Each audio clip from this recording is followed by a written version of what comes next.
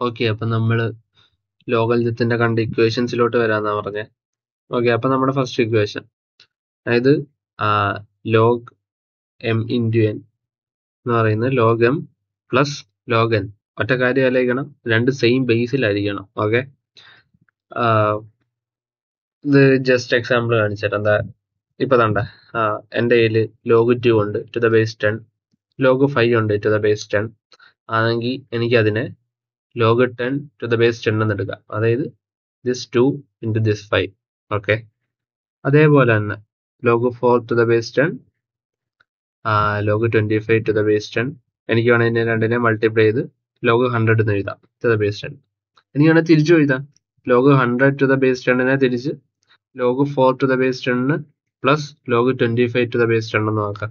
Okay, ഇത് base 10 വെച്ചിട്ട്, ഇത് ബേസ് 2 വെച്ചിട്ട്. അതെന്താന്ന് ചോദിച്ചാൽ ഇവിടെ കോമൺ ആയിട്ടുള്ള, അതായത് നമ്മൾ എപ്പോഴും ലോഗ് പറയുമ്പോൾ ബേസ് 10ഉം ബേസ് 2ഉം പിന്നെ നാച്ചുറൽ ലോഗ് ബേസ് ഇയും എടുക്കാറുള്ള, അതുകൊണ്ട് അത് രണ്ടും എടുത്തിട്ടുണ്ട്. അതായത് ഞാൻ ചോദിച്ചാൽ സെയിം ബേസ് ആയിരിക്കണമെന്ന് കാണിക്കാനാണ്. അതായത് ഇവിടെയും ബേസ് 10ന്റെ എക്സാമ്പിൾ എടുക്കുമ്പോൾ ഇവിടെയും 10, ഇവിടെയും 10, അല്ലാതെ ഇത് 10ഉം ഇത് 2 അല്ല. അതായത് ബേസ് ടു ദ 10ഉം ബേസ് ടു ദ 2 അല്ല, രണ്ട് സെയിം ആയിരിക്കണം. Base to the 10 base to the 10 ആയിരിക്കണം. ഓക്കെ, ഈ കേസ് വന്നാൽ നമുക്ക് log 4 to the base 2 plus log 8 to the base 2, ഇവിടെ രണ്ടും ബേസ് 2 ഇല്ല, ഇത് രണ്ടും മൾട്ടിപ്ലൈ ചെയ്യുന്ന റിസൾട്ട്. ഓക്കെ, ഇത് വേണേൽ തിരിച്ചു എഴുതാം. നാച്ചുറൽ ലോഗിന്റെ കേസിലും അത് തന്നെ, ln of 3 plus ln of 7 gives ln of 21. അതായത് ഇത് രണ്ടും മൾട്ടിപ്ലൈ ചെയ്താൽ ln ഞാൻ നാച്ചുറൽ ലോഗ് എന്ന് വിളിക്കുക, തൊട്ട് മുമ്പേ ആവുന്നതിന്റെ കൂട്ട് തന്നെ തിരിച്ചു എഴുതാം. വലിയ മീൻസ് എന്താ മാറ്റമൊന്നുമില്ല.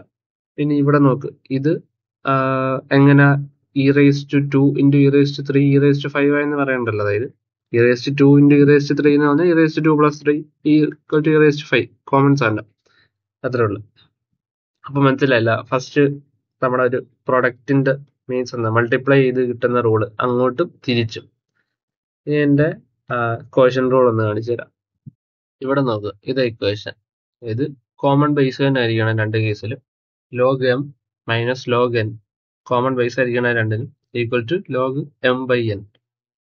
ഓക്കെ, എക്സാമ്പിൾസ് താഴെ നമ്മൾ നേരത്തെ ചെയ്തതിന്റെ കൂട്ട് തന്നെ അതേ എക്സാമ്പിൾ തന്നെ.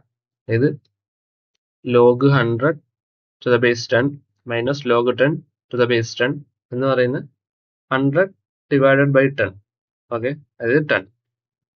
മനസ്സിലായില്ലേ? അതുപോലെ തന്നെ ഇത് നോക്ക്, ലോഗ് 100 മൈനസ് ലോഗ് 10 എന്ന് പറയുന്നുണ്ട്, ഇതേപോലെ തന്നെ. അപ്പൊ എം ബൈ എൻ എന്ന് വരും.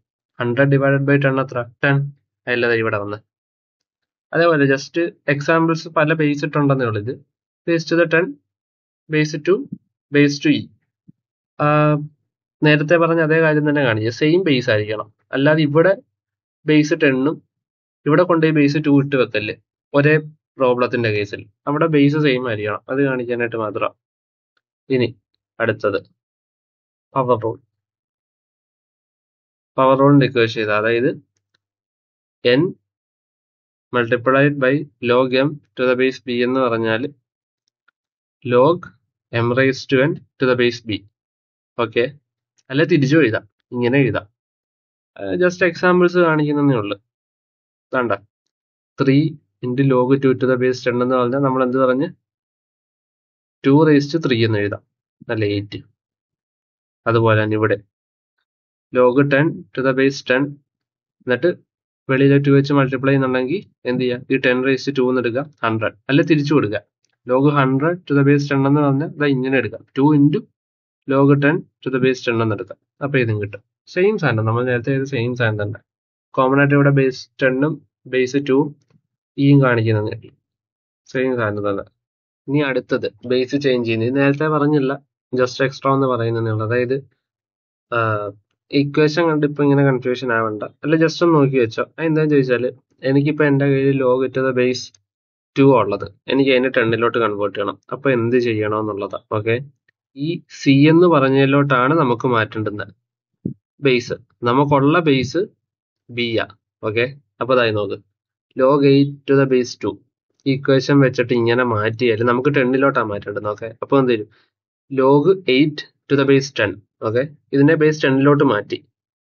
ഓൾറെഡി ഉള്ള ലോഗ് 8നെ ടു ദ ബേസ് 2 ആണല്ലോ നമ്മുടെ കയ്യിലുള്ളത്. നമുക്ക് അതിനെ ടു ദ ബേസ് 10 ആക്കേണ്ടത്. അപ്പൊ നമ്മൾ എന്ത് ചെയ്ത് ലോഗ് 8 തന്നെ കണ്ടുപിടിച്ച്, പക്ഷെ to the base 10 divided by log 2, അതായത് നേരത്തെ ഉണ്ടായിരുന്ന ഈ ബേസ്, ഓക്കെ, അതിന്റെ ലോഗ് കണ്ടുപിടിക്കണം.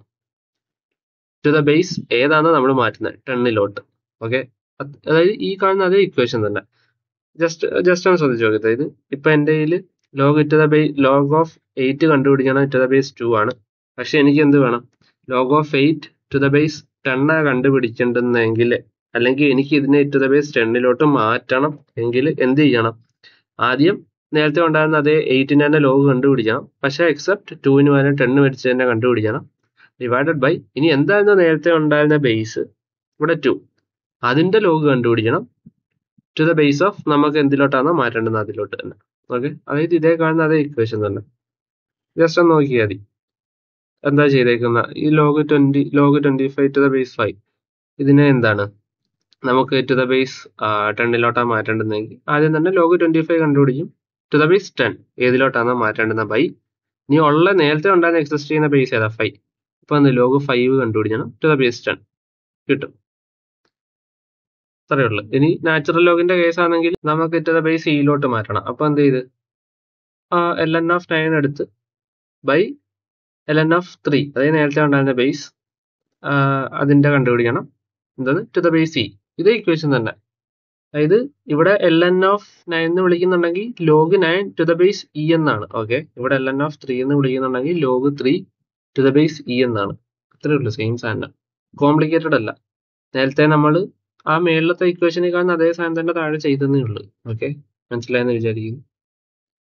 ഇപ്പൊ പറഞ്ഞല്ല, ലോഗരിതം ടേബിളും മീൻസ് ലോഗും എല്ലാം കണ്ടുപിടിക്കുന്നത് ഒരു 1600, അതായത് 1600 സംതിങ് ആ ഒരു ടൈം, എന്തോ ഹിസ്റ്ററി തപ്പി പോയപ്പോ കണ്ടെന്നേ ഉള്ളൂ, ഇല്ലാന്നില്ല. ആ ഒരു ടൈമിൽ, അതായത് ബേസിക്കലി പണ്ട് 1600s ആ ഒരു ടൈമിലൊക്കെയാ ഇത് കണ്ടുപിടിക്കുന്നത്. ഇത് ശരിക്കും അന്നത്തെ കാലത്ത് കാൽക്കുലേറ്റർ ഇല്ലാത്തതുകൊണ്ട് യൂസ് ചെയ്തെന്ന് തോന്നട്ടാ. അതെങ്ങനെ യൂസ് ചെയ്തെന്ന് കാണിച്ചു തരാം. അതായത് ജസ്റ്റ് ഒരു ഫസ്റ്റ് എക്സാമ്പിൾ നോക്കും. ഇവിടെ 256 ഇൻറ്റു 512 മൾട്ടിപ്ലൈ ചെയ്യാനാണ് വന്നേക്കുന്നത്. ഇന്ന് നമുക്കറിയാം ഒരു കാൽക്കുലേറ്റർ എടുത്തിട്ട് ജസ്റ്റ് സിമ്പിൾ ആയിട്ട് ടൈപ്പ് ചെയ്താൽ കിട്ടും. അന്ന് പക്ഷെ പാടാ, ഇന്ന് എഴുതി മൾട്ടിപ്ലൈ ചെയ്യണം. അപ്പൊ എന്ത് ചെയ്യും? നമ്മൾ ലോഗും ആന്റി ലോഗും എടുക്കുന്നെന്ന് പറയും.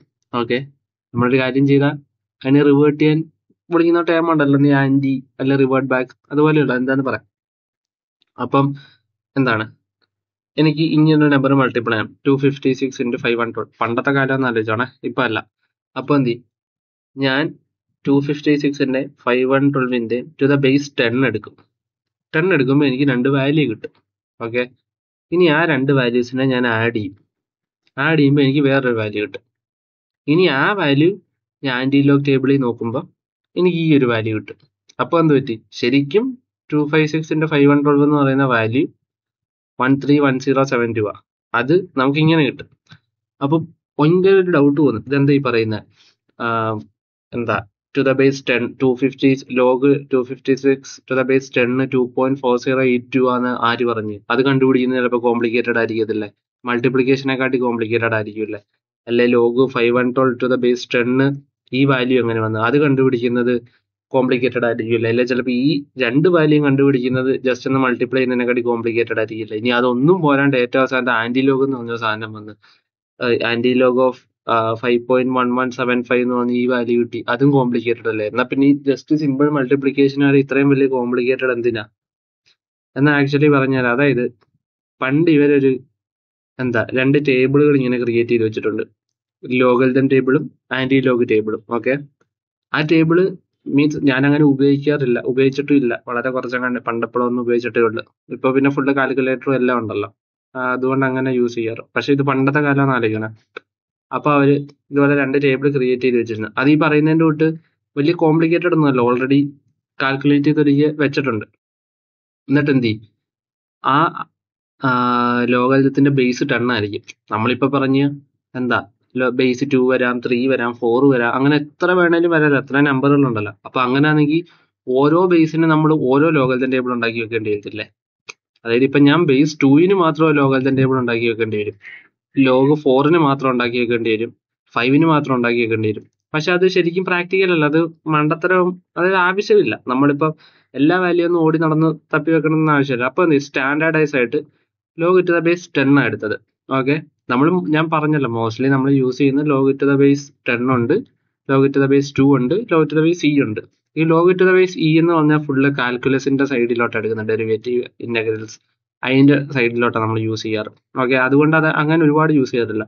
ലോഗ് ടു ദ ബേസ് 2ഉം നമ്മൾ റിയൽ ലൈഫിൽ അത്ര യൂസ് ചെയ്തിട്ടുണ്ടോ എനിക്ക് അറിയത്തില്ല, കാരണം ഞാൻ തോന്നെ 10 2ഉം കണ്ടിട്ടുണ്ട്, പക്ഷെ 10 ആണ് സ്റ്റാൻഡേർഡൈസ്ഡ്.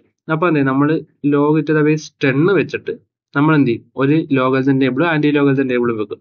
ഇനി ആ ടേബിളിൽ ഈ 256 നോക്കിയാൽ ഈ വാല്യൂ സുഖത്തെ കിട്ടും, കാരണം ആ ടേബിളിനകത്തുണ്ട്.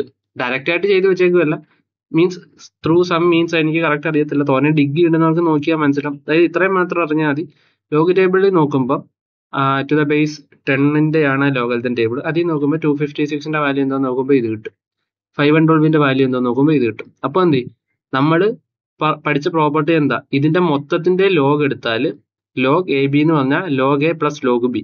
ഓക്കെ, അത് ഇവിടെ സംഭവിക്കുന്നത് ഇതിന്റെ മൊത്തത്തിന്റെ ലോഗരിതം എടുക്കുന്നത് 256 into 512. അപ്പൊ എന്ത് ലോഗ് 256 പ്ലസ് ലോഗ് 512 വരും, ഏത് ബേസ് 10. അപ്പൊ അത് രണ്ടും കിട്ടിയ രണ്ടും ആഡ് ചെയ്യുമ്പോൾ ഒരു വാല്യൂ കിട്ടും. ഇനി നമ്മൾ ലോഗ് എടുത്താൽ അതിന് തിരിച്ച് റിവേർട്ട് ചെയ്യണം, അത് നമുക്ക് വേണ്ട രീതിയിൽ കിട്ടാൻ.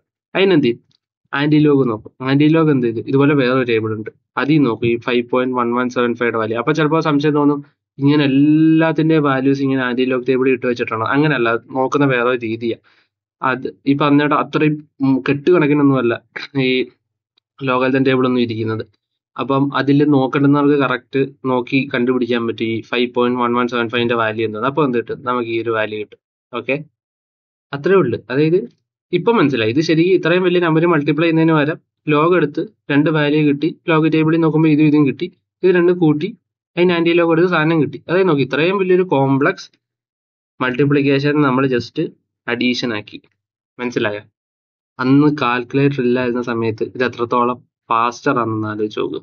ഓക്കെ, ഇന്ന് കാൽക്കുലേറ്റർ ഉണ്ട്, ടപ്പേന്ന് കിട്ടും, പക്ഷെ അന്നതില്ല. ഓക്കെ, അന്നിന്ന് എഴുതി കൂട്ടണം, ചിലപ്പോൾ തെറ്റാം.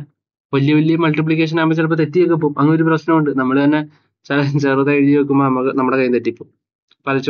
ഒരുപാട് വലുതാകുമ്പോൾ തെറ്റാൻ സാധ്യതയുണ്ട്. സമയം ഭയങ്കര കൺസ്യൂമിങ് ചെയ്യാൻ ചിലപ്പോൾ ഭ്രാന്തൊക്കെ എടുക്കും. അങ്ങനെയല്ല കുറെ ഇത് നോക്കുമ്പോൾ അപ്പോൾ ഒന്നുമില്ല. പക്ഷെ ഇത് നോക്ക്, ഇവിടെ സിമ്പിൾ ആയിട്ട് കണ്ട ടേബിളിൽ നോക്കി ആഡ് ചെയ്ത് വാല്യൂ കിട്ടി, അത്രയേ ഉള്ളൂ. ഒരു കോംപ്ലക്സ് ഇത് 256 into 512 എന്ന് പറയുന്ന ഒരു കോംപ്ലക്സ് മൾട്ടിപ്ലിക്കേഷൻ പ്രോസസ് ഒന്നും അല്ല. ബട്ട് ഫോർ ദ സിംപ്ലിസിറ്റി ഈ രണ്ട് നമ്പർ ഞാൻ എടുത്തതേ ഉള്ളൂ. നിങ്ങൾക്ക് വേണമെങ്കിൽ 256 into 512 കൈവച്ച് എഴുതി നോക്കാം. ചിലപ്പോൾ അതും ലോഗി നോക്കുന്നത് ഒരേ സമയം തന്നെ എടുക്കൂ, അല്ലെ ചിലപ്പോൾ ഫാസ്റ്ററായിട്ട് ചെയ്യുന്നവർക്ക് ഇത് എളുപ്പമായിരിക്കും. പക്ഷെ ഞാൻ പറയുന്നത് ഇത് സിംപ്ലിസിറ്റിക്ക് വേണ്ടി മാത്രം എടുത്തതാ. ആക്ച്വൽ വരുന്ന വാല്യൂ ഇതിലും കൂടും, വലിയ മൾട്ടിപ്ലിക്കേഷൻ ഒക്കെ ആയിരിക്കും. ഓക്കെ, അതുപോലെ തന്നെ അതേ എക്സാമ്പിൾ തന്നെ ഇവിടെ ഈ കാണുന്നതല്ല. അതായത് ഒരു മൾട്ടിപ്ലിക്കേഷൻ, കോംപ്ലിക്കേറ്റഡ് മൾട്ടിപ്ലിക്കേഷനെ നമ്മൾ എന്താക്കി, സിംപിളർ അഡീഷൻ ആക്കി. ഇനി ഹാർഡായിട്ട് കിടക്കുന്ന ഡിവിഷനുകളെ എങ്ങനെ സബ്സ്ട്രാക്ഷൻ ആക്കാം, സെയിം കോൺസെപ്റ്റ്. ഓക്കെ, ഇത് എന്താ, A divided by B format ആണല്ലോ. അപ്പൊ നമ്മൾ ലോഗ് എടുത്ത്, അപ്പൊ log A by log B എന്താ മീൻസ് അല്ല, ലോഗ് എ ബൈ ബി എന്താ, log A minus log B. അതല്ലേ ഈ സംഭവിക്കുന്നത്. ഈ വാല്യൂവിന്റെ ലോഗ് ടു ദ ബേസ് 10 നോക്കി, ഈ 512ന്റെ ലോഗ് ടു ദ ബേസ് 10 നോക്കി, രണ്ട് വാല്യൂയും കിട്ടി, രണ്ട് സബ്സ്ട്രാക്ട് ചെയ്ത് ഒരു വാല്യൂ കിട്ടി, അതിന്റെ ആന്റി ലോഗ് എടുത്ത്. ഇത് നോക്ക്, കോംപ്ലിക്കേറ്റഡ് ആയിട്ട് ഒരു ഡിവിഷനെ സബ്ട്രാക്ഷന്റെ ടേമിലോട്ട് കൊണ്ടുവന്നു, അതിന്റെ ആന്റി ലോഗ് കൊടുത്തു, കാര്യം കഴിഞ്ഞ്. ഈ എക്സാമ്പിളുകൾ അതേ കാര്യം പറയുന്നത്. ഇത് അന്നത്തെ കാലത്ത്, ഇന്നല്ല ഞാൻ അന്നത്തെ കാലത്ത് എന്തുമാത്രം യൂസ്ഫുൾ ആണെന്ന് ആലോചിച്ച് നോക്കും. ഇനി എക്സ്പോണന്റ് ഫംഗ്ഷൻ, ഇതാണ് ഇച്ചിരി വള്ളി. നമുക്ക് മൾട്ടിപ്ലിക്കേഷൻ എല്ലാം പോട്ട് നോക്കാം. ഇത് എക്സ്പോണന്റ് ടൈമിൽ നിന്ന് മൾട്ടിപ്ലൈ ചെയ്യാന്നൊക്കെ പറഞ്ഞു കഴിഞ്ഞാൽ നല്ല കഷ്ടപ്പാടാണ്. അത് എന്താ അറിയാമല്ലോ. അതായത് ഇവിടെ ഈ ഒരു കേസിൽ ഈ രണ്ട് നമ്പർ മാത്രം മൾട്ടിപ്ലൈ ചെയ്താൽ മതി. പക്ഷെ ഇവിടെ എക്സ്പോണന്റിന്റെ കേസിൽ വരുമ്പം 2.5ന് 8 വട്ടം മൾട്ടിപ്ലൈ ആണ്.